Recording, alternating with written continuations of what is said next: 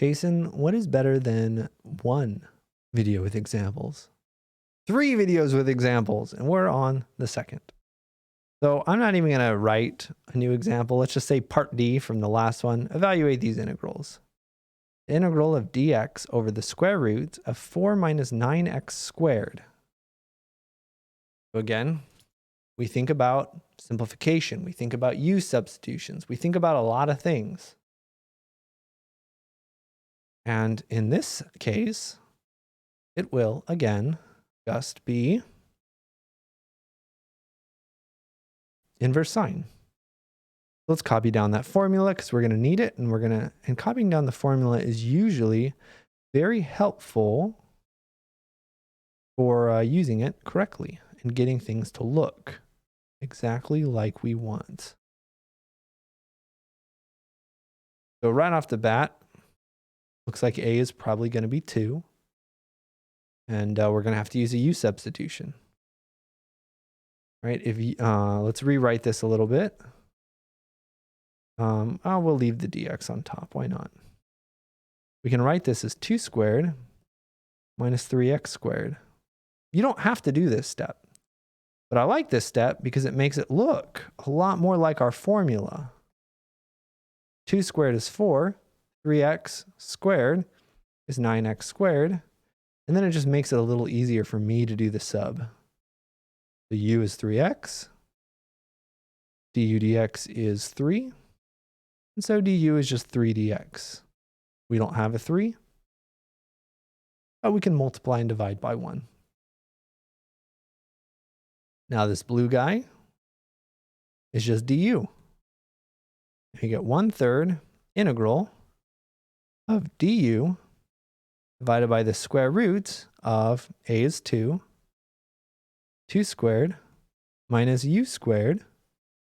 Now we can use the formula with a equals 2.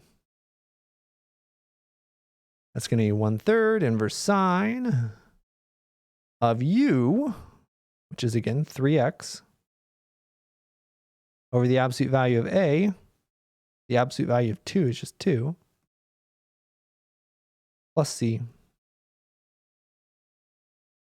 as our answer. And again, we can check our answer with a derivative. So let's do it.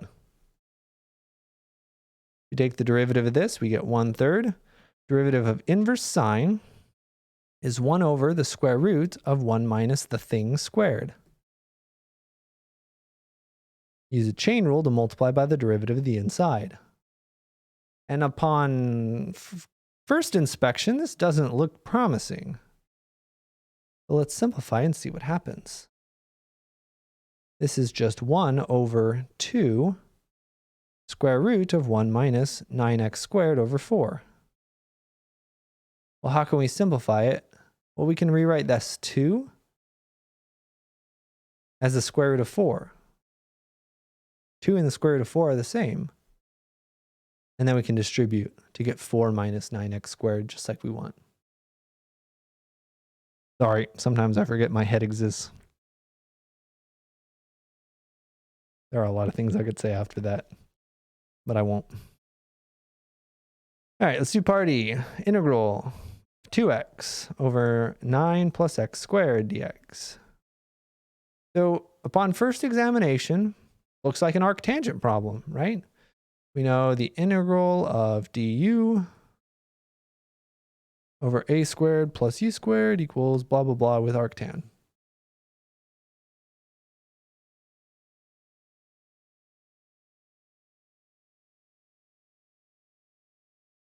Something's different this time, though.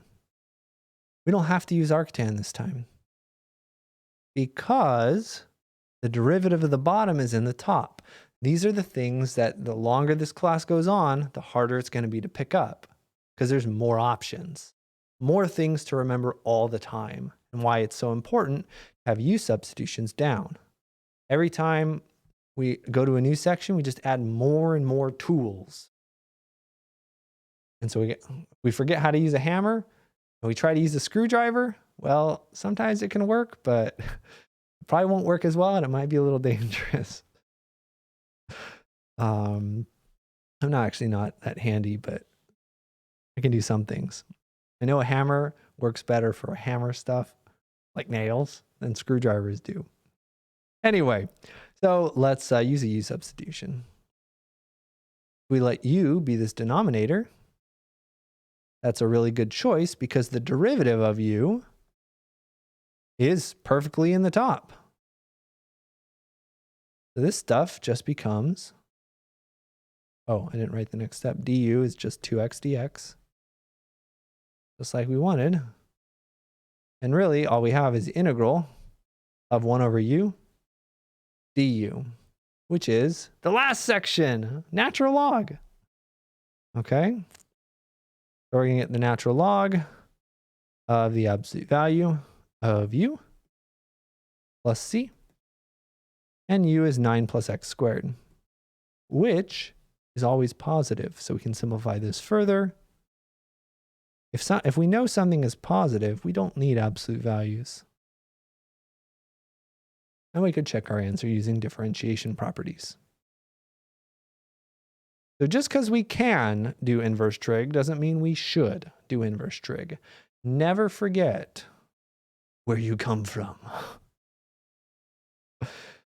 Right, we started off home improvement. Now I'm in some anime.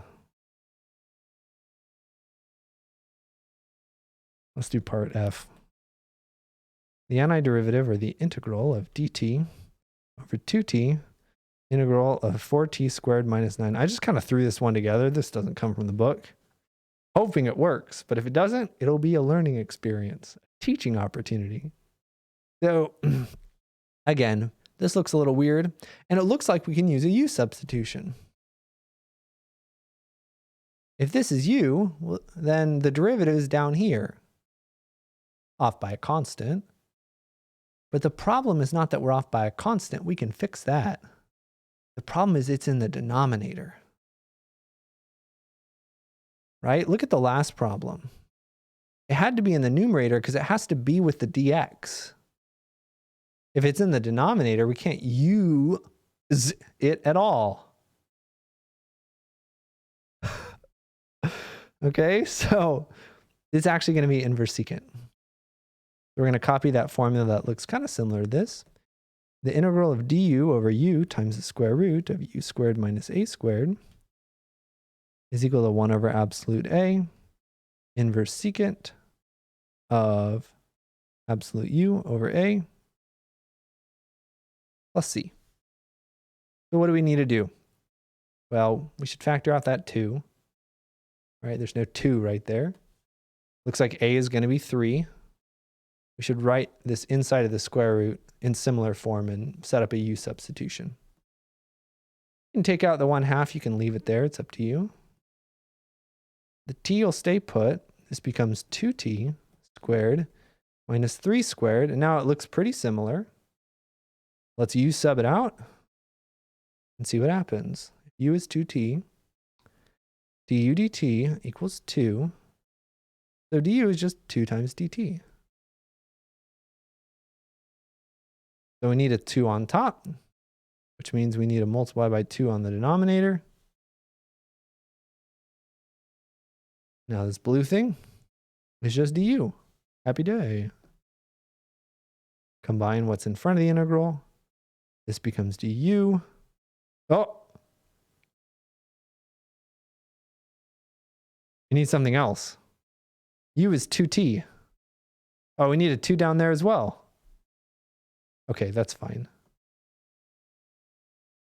Instead of putting the red 2 out in front, let's put the red 2 down here because we need it. 2t is just u. This becomes the square root of u squared minus 3 squared. And again, now you can just use this formula directly with a being 3. So we get 1/2 times 1 over the absolute value of a inverse secant of the absolute value of u divided by a plus c. Or just 1/6 inverse secant of absolute 2t. We do need the absolute values here for 3 plus c.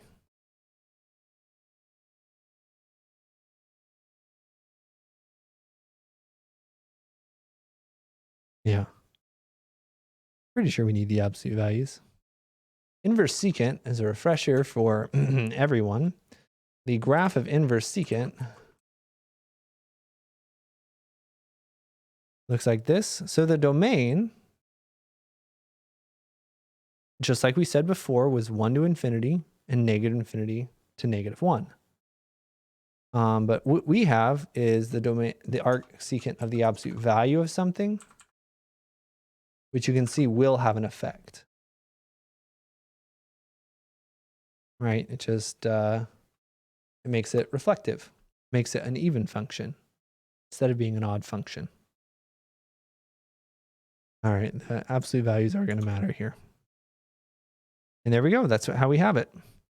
We could check this answer as well. It's good practice to check this one. Not going to, but you could.